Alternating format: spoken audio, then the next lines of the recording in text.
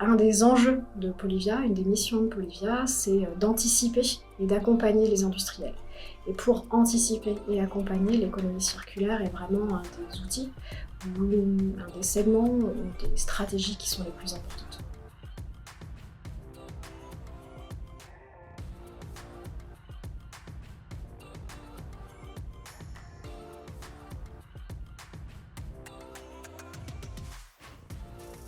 Alors, 3 mots. Le premier, ce serait bas carbone. Ça marche, c'est un mot composé. Donc, je pense que ça marche. Pour moi, c'est un mot. Bas carbone parce que les polymères, au sens large, ont cette vraie capacité, de par leurs caractéristiques intrinsèques, d'être bas carbone. Le plastique s'adapte, le plastique est léger. Les polymères, de manière générale, s'adaptent et sont légers. Le deuxième mot qui rejoint un petit peu, ce serait avenir. Tout simplement parce que, je le disais, vraiment, c'est un des atouts de cette filière. Et pour avoir une démarche d'avenir en plasturgie ou dans le secteur des composites, il faut avoir une réflexion en termes d'économie circulaire. Un dernier mot, ce serait peut-être celui d'engagement. On a la chance d'être une filière, alors pas immense, pas très très grosse, mais très engagée, avec des industriels qui ont vraiment cette volonté-là d'apporter leur pierre à l'édifice, j'ai envie de dire. Donc, je suis Charlotte Dutheil, je suis responsable opérationnelle performance durable pour Polyvia. Polyvia, c'est un syndicat professionnel, celui des transformateurs de polymères. Polyvia, donc, dans son rôle de syndicat, accompagne ses adhérents sur plusieurs sujets, une partie juridique et sociale, une partie santé, sécurité, environnement, une partie droit des affaires, également une partie performance industrielle où on va accompagner sur tout ce qui va être procédé, matière, process, qualité, une partie économique, pas des moindres en ce moment, et puis une partie performance durable donc qui m'occupe plus précisément et qui regroupe les grands sujets de l'économie circulaire et de la RSE. Donc ici, nous sommes à la Matériothèque. La Matériothèque a été créée il y a environ une quinzaine d'années pour répondre à un besoin de connaissances et de compétences des matières plastiques. En fait, on s'est rendu compte que petit à petit, ces connaissances-là, elles se perdaient dans les entreprises et que de plus en plus de plasturgistes ou de transformateurs de composites étaient dépendants de leurs distributeurs. Alors les distributeurs font très très bien leur travail, mais pour autant, on avait un besoin de neutralité pour parfois prendre des décisions ou pour parfois avoir ce devoir de conseil qu'ont les transformateurs plastiques et composites envers leurs clients ou envers leurs donneurs d'ordre. Donc voilà, la Matériothèque, c'est vraiment un très très beau lieu qui permet aux plasturgistes et aux transformateurs de composites de se rendre compte de ce que donne, de ce que représente, de ce que peut être le produit final que l'on transforme, et donc de choisir la matière de la manière la plus précise et entre guillemets tactile ou sensitive possible. C'est son vrai gros avantage. Alors forcément, en 15 ans, les matières que l'on retrouve accrochées sur les murs derrière moi ont évolué. On retrouve de plus en plus de matières qui vont être issues du recyclage, des matières premières recyclées, ou issues des ressources plus naturelles. On va parler de biosourcés ou de bioplastique. On leur donne énormément d'appellations. Et c'est vrai que petit à petit, et de plus en plus, ces résines-là sont présentes autour de nous.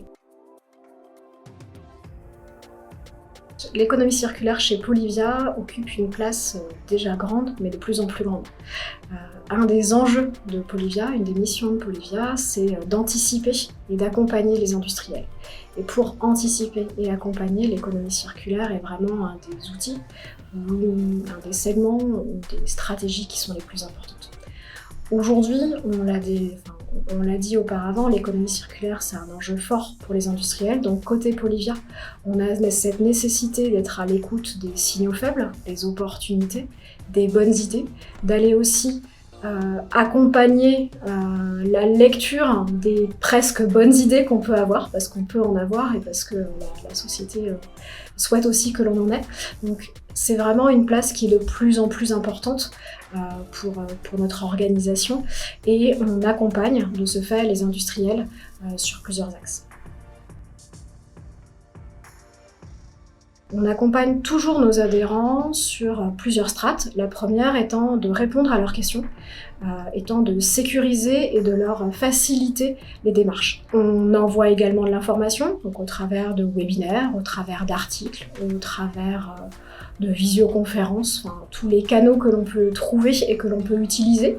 Et puis on peut également accompagner les entreprises de manière plus personnalisée, soit au travers de formations qui seront potentiellement très personnalisables, soit au travers de prestations d'accompagnement, dans ces cas-là ultra personnalisées en fonction des besoins. En fait, quand on parle d'économie circulaire, on ne peut pas parler qu'aux plasturgistes ou aux transformateurs de composites, mais on va aussi regarder l'amont et l'aval. On va regarder aussi les clients, on va regarder aussi les fournisseurs. Et c'est vraiment quelque chose qui nous permet d'être de plus en plus transverse. Dès le début, en France, pour récompenser les plasturgistes qui ont fait cette action volontaire d'aller intégrer sur une plateforme les quantités de matières premières recyclées qu'elles intègrent, parce que c'est une action qui est volontaire, on a fait le choix de récompenser les entreprises et de leur permettre de communiquer sur cette action vertueuse. En plasturgie, on se fait assez souvent taper sur la tête. Là, l'idée, c'était aussi de montrer que les plasturgistes, chacun, sans avoir une obligation réglementaire qui les oblige à, faisait une démarche. Et c'est comme ça que le label MORE a été mis en place. Donc le label MORE, depuis 2019, s'est reproduit. Chaque année, on a le label 2020, 2021, on est maintenant sur le label 2022. Si on prend les chiffres de 2021, on est à peu près à la moitié du gué, c'est-à-dire que à l'échelle de la France, on a donc cet objectif de 1 million de tonnes intégrées dans les procédés à horizon 2025. On est environ à la moitié de matières déclarées en France. L'économie circulaire, c'est un outil formidable pour donner du sens dans les entreprises. Ça en donne à tout niveau. Ça en donne parce que c'est une certaine fierté de la part de l'ensemble des entreprises de montrer ces actions vertueuses dont on a parlé. C'est une chance aussi de pouvoir attirer des talents, puisque entre guillemets, on ne travaille plus uniquement pour produire des pièces qui vont être jetées et qu'on retrouvera dans la mer. L'objectif là, c'est vraiment plutôt d'aller travailler au fait de trouver des solutions sur les enjeux qui sont les nôtres, qui sont ceux de la société de manière générale, à savoir produire mieux, consommer moins de carbone, émettre moins de carbone, et donc pour ça les plastiques y répondent. L'avenir de la démarche RSE, économie circulaire pour Polyvia, elle est grandissante, elle est croissante. Quand on regarde un peu dans le rétroviseur, il y a quelques années et maintenant, on voit déjà le chemin qu'on a pu parcourir. Je parlais d'équipes transverses, je parlais de nouvelles compétences, et c'est quelque chose qui va croître tout simplement parce que plus on va monter en compétences, plus nos entreprises vont monter en compétences, plus les questions, les besoins, les enjeux, les problématiques vont s'affiner, plus nous en face on répond à ces besoins-là, voire on les anticipe, voire on alerte les entreprises sur ces futurs besoins. Donc oui, je pense que l'avenir de l'équipe est plutôt vers le haut et plutôt en collaboration avec l'ensemble des équipes Polyvia. Mais clairement, c'est des démarches qui vont croissant pour Polyvia.